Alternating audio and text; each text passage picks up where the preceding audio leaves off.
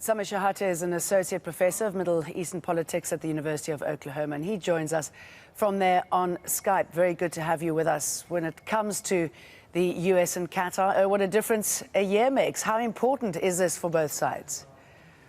Well, I think it's very important at one level, certainly the symbolic and rhetorical level. As your piece noted, Mr. Trump was tweeting and saying quite accusatory and negative things about Qatar shortly after the Riyadh conference and immediately after the blockade. And of course, things are very, very different now.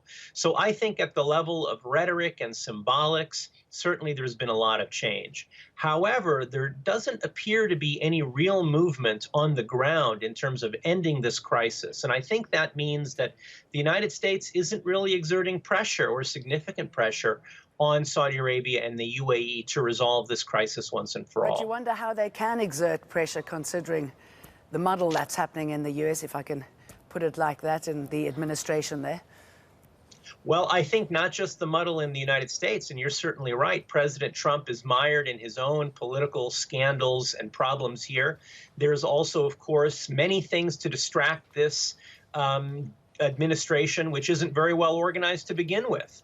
The conflict in Syria, the potential response, what's going on in Gaza and the Palestinian issue, not to mention North Korea. So there is a lot on this administration's plate, and it's not a very efficient administration. And as you know, many individuals in the administration have been moving in and out in sensitive positions in the State Department, at the National Security Council, and the CIA.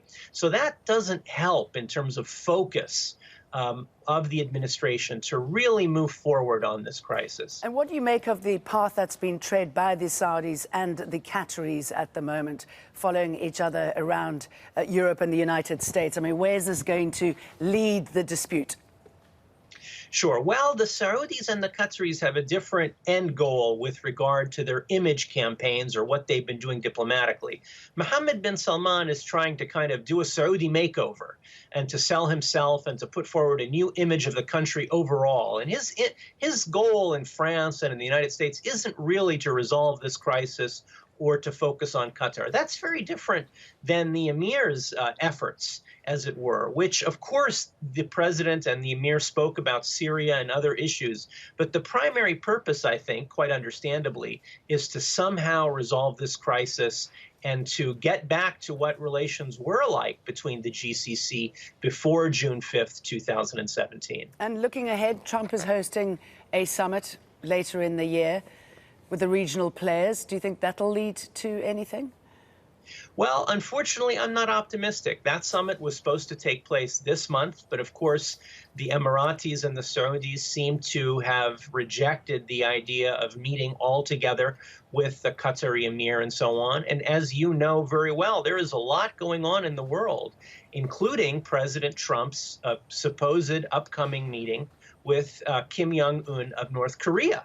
That's supposed to take place before May. So I'm not terribly optimistic about this summit taking place and then being successful, unfortunately. Samir Shahata, thank you.